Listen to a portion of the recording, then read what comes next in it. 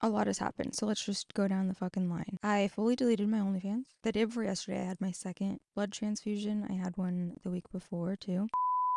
Hello, my dudes, and welcome back to Tangent Telephone. This is not how I expected things to go right now.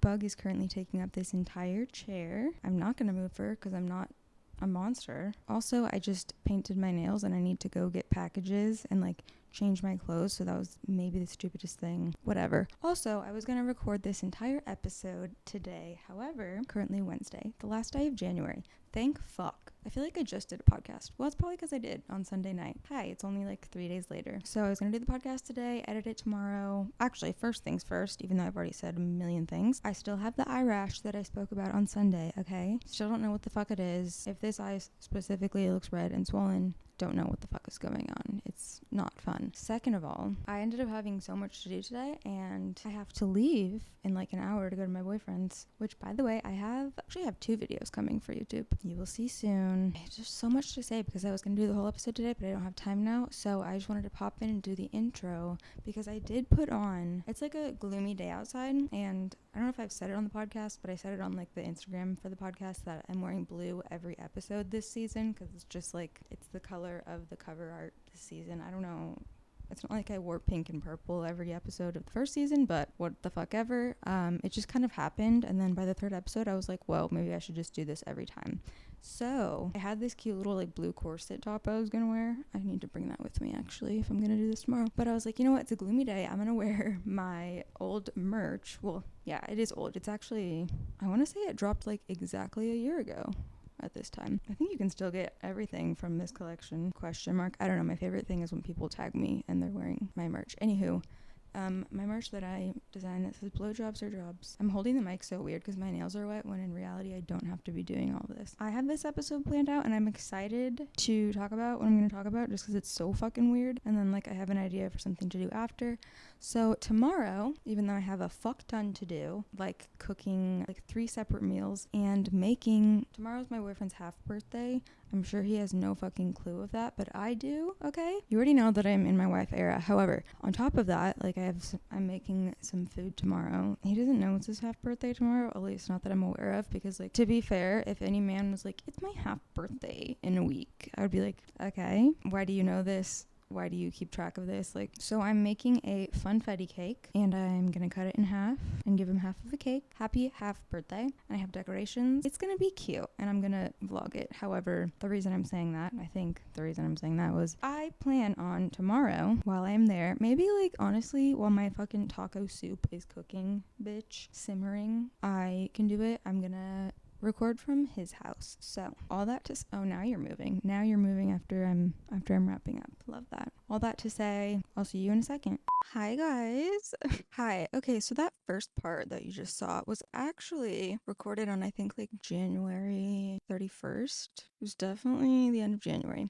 It's currently February 20th, so it's been a minute. I wanted to just record an episode that was I had an idea in mind for a game type situation, but I'll do a quick update, and by quick update, who knows how fucking long it is. I may be talking for 30 minutes, then be like, well, maybe that should just be the episode. I don't know. I never know what's gonna happen. Oh no, not the rain starting again. Bitch, I thought this was gonna be. My voice just cracked. I'm in my car because, well, I'm at the post office. I had to mail some stuff. And guess whose apartment's flooded again? Me. It's me. I'm raising my hand if you're just listening to this. Yeah, it's me. And so we got loud dehumidifiers in there. I can't record in my apartment. Okay. I've actually brought all of my stuff to a friend's house the past 2 or 3 days, and I was like, okay, I'm gonna record. I couldn't do it. We're here now, and I will do a little update to explain my absence. I haven't watched that clip back, but I know that I was like, I'm gonna pick this back up when I'm at my boyfriend's house or some shit like that. I've actually gotten my hair done since you last saw me, and it actually is great, although I washed it with purple shampoo last night, and so it's kind of silver/purple. Dude, I just got it done, and look at that root already coming in. That's a little bit wild. So after I recorded that clip, I did in fact that night go and for a few days, I think that time, stayed at my ex's house, which a little bit more on that later. I put up a vlog where I did this whole half birthday I almost called it a celebration. I mean, I don't know what else to call it. Just a half birthday, little mini celebration, whatever. I put a vlog on my personal channel if you want to watch that. A lot has happened, so let's just go down the fucking line.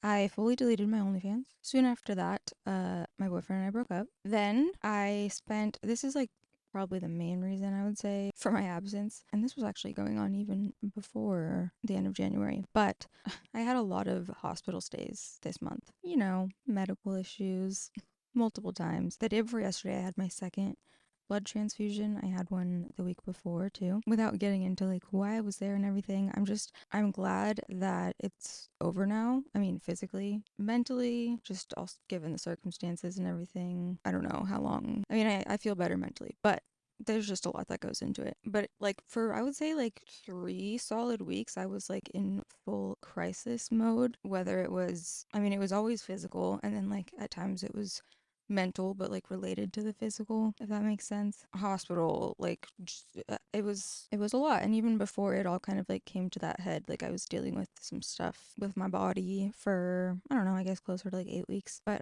yeah, especially the last 3 weeks, I feel like I can hardly remember. Like I do remember moments and I remember certain things that happened, but I feel like I don't know. I was definitely in survival mode and I was doing my best, which was not great. And yeah, as for the breakup, I'm not going to really expand on it much. I have quite literally zero negative things to say about him, and still love him. And I think just sometimes things are too overwhelming or get too real for like a partner to just, stand by. I cognitively can empathize, but I don't like truly understand. Our attachment styles are all different. I will say that it really depends on like who I'm with, what my attachment style is, I think, but like primarily anxious and then like at times kind of disorganized, fearful avoidant type situation. Primarily anxious. Let's be real. Like I have my moments and it depends and I'm secure and then I'm anxious and whatever, but like a core trigger for me is abandonment. So yeah, this has been, I mean, it's been hard and I think like this type of breakup is personally more difficult than ones where it has been super toxic or abusive. And those are actually even hell still sometimes. Well, I will say the one that was like very abusive, it wasn't really that hard as far as like getting over the relationship. It was hard in other ways, but like the toxic ones where it's just so not good, like those are hell. I feel like this type of breakup is more difficult, even though the ones where they're toxic, you have probably a trauma bond. And if you're like more like me, then you're gonna feel it more. And if you're more like the other person, then probably not so much. But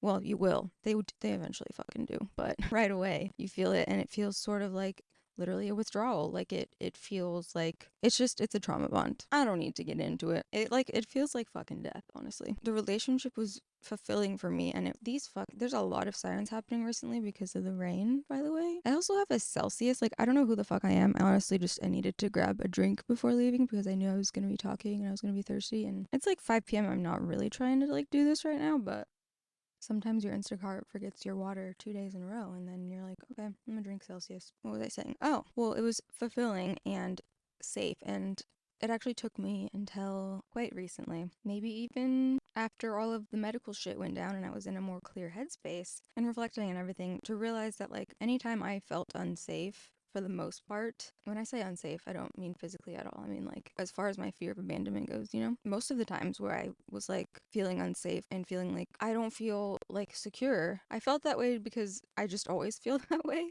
And it has nothing to do with like him. And it's more about just like recognizing like thoughts when they come in and like, why am I feeling triggered? Why is my abandonment being triggered? Recognizing that it's being triggered first of all, and not just like putting it on someone else. At 9 times out of 10, it's just like it's a thought that I get and then it spirals and I think that I'm about to be abandoned, 9 out of 10 times. Like if I felt unsafe or not secure, like that's just because I generally feel that way in life. Anywho, like I said, I'm not gonna like get into it, obviously. There's not really much to get into. It's just like it's less of that like withdrawal feeling from a toxic trauma bond and more of just like grieving, moving forward type of situation.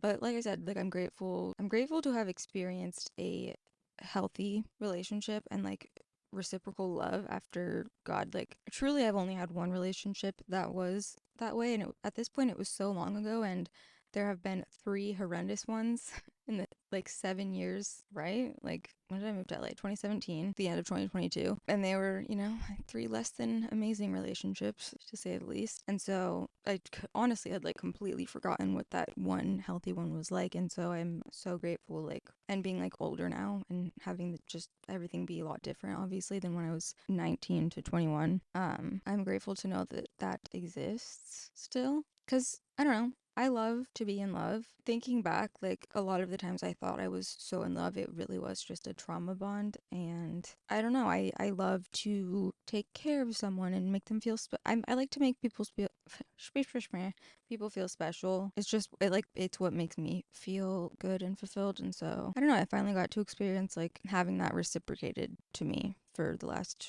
I don't know, 8 months or whatever. So that's that on that. And honestly, so much in my life. I would say like the last 3 months. I don't even know anymore at this point.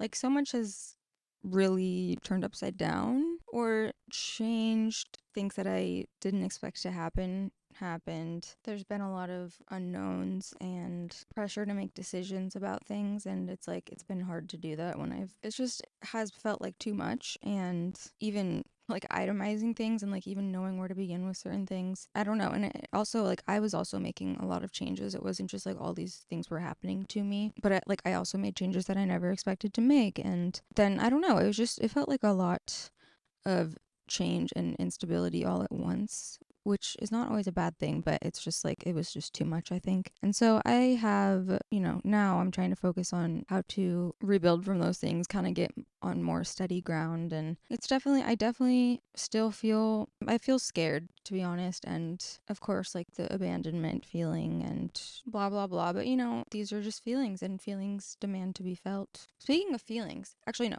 speaking of things turning upside down, like I said, I deleted my OnlyFans. I also deleted my Twitter, which I then brought back a couple days ago because fun little thing happened on Sunday. Long story short, my Snapchat account got permanently locked because it was hacked, and someone posted a very inappropriate photo on my story. And like Snapchat is pretty ruthless.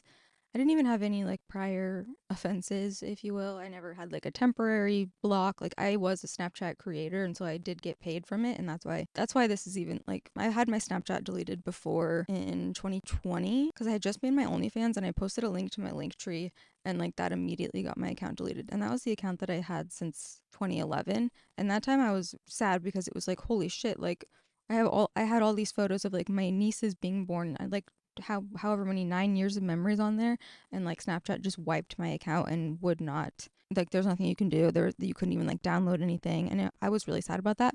This time I am more so freaking out because Snapchat was my largest source of income, especially after deleting OnlyFans. There are so many sirens. Where even is that?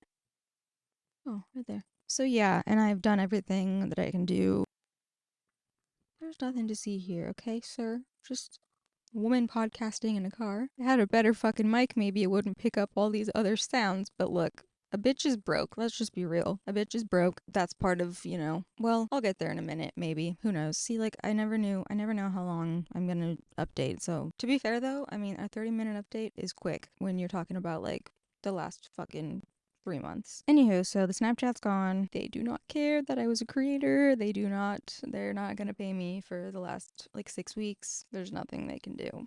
So that is super fun. And then I started thinking about just like all of the monetization, the ways that I would monetize things and like not put all my eggs in one basket. And I was like, to be fair, I really tried not to do that. And I was thinking like, okay, well, I deleted OnlyFans, Snapchat's deleted. And then I started thinking about how it's literally been like exactly 2 years. I think it was February of 2022, which is super crazy, since my TikTok account that had literally almost 1 million followers 2 years ago got deleted. And that also got deleted for no reason. I'm not even just saying that. Like, there was no reason. I remember I went live and there were 30,000 people on live watching me lay on my ground and sleep. I wasn't really sleeping, but I like wanted to take a nap. And especially at that time, my like, I cannot rest unless I'm working mentality was so, that didn't even make sense. I cannot rest because I need to work was so strong. And like, I am worthless if I'm like laying down or being lazy. So I literally was like, okay, I'll go live on TikTok. Go went live on TikTok, laid like on my fuzzy rug, propped my phone up. When I watched it back, first of all, I had over 30,000 people in there. I never actually fell asleep, and I don't know. But like, people were just in there talking to each other. Like, it was such a funny thing. And Bug was like crawling all over me and like attacking me. And so I think that was like also part of it. And I was like, oh my God, like, this is a great way for me to allow myself to rest, you know? Like, not fully, but it's like we're getting somewhere, you know? And I just remember the next day I opened TikTok and it was like, you've been permanently banned. And I was like, what? I didn't even have any, like, TikTok will like take down random videos and stuff, but I hadn't even had that happen for a very long time, and I was in super good standing, and I again was a creator. I remember being like, what the actual fuck? And the reasoning that they gave me was minor, something to do with like being a minor, or like minor, I can't remember like the verbiage they used, but it had to do with like, I don't know if it was me being a minor or like, I don't know, it was bullshit.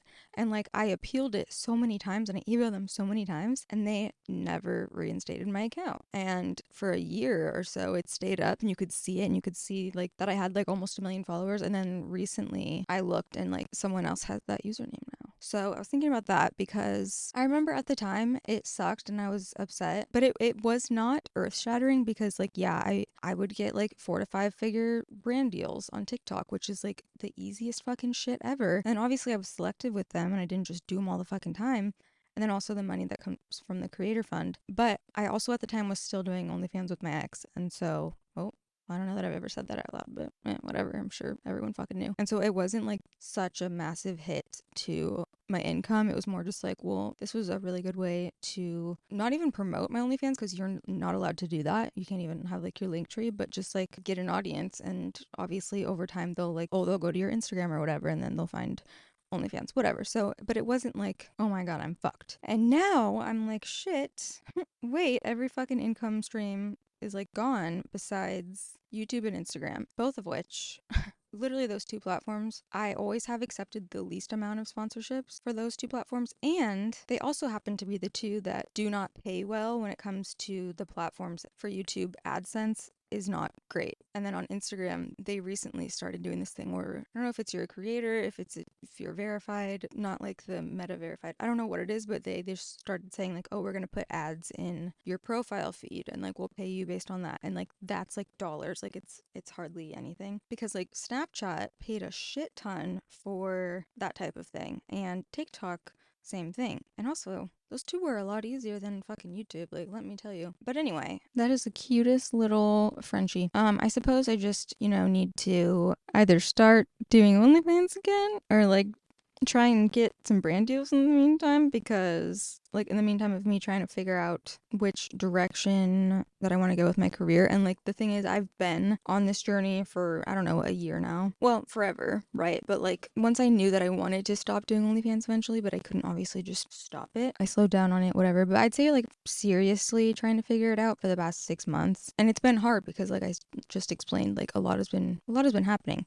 And there are businesses that I want to create, and there are books that I want to write, and there have always been so many creative juices inside of me. But during a time like this of, survival mode and heartbreak and healing, it's very difficult to do any of those things. And I don't know, this is obviously not me trying to be like, I hope you guys would know by now, I'm not like trying to complain. It's more just like, this is what's going on, and it's certainly not me doing the whole like influencing is such a hard job. I think that's the craziest fucking shit ever. The fact that like 18-year-olds can get paid 10 times what a doctor gets paid in a year, like from fucking social media. No, like it's not a hard job. That's not what the fuck it is. Where was I going with that? I don't know. But on that note, yes, I will be, if you're wondering, or if you've been screaming it at your phone or your computer or wherever you're watching or listening to this, yes, I will be moving out of LA. And I actually think out of the state, and I actually think mid-March. It's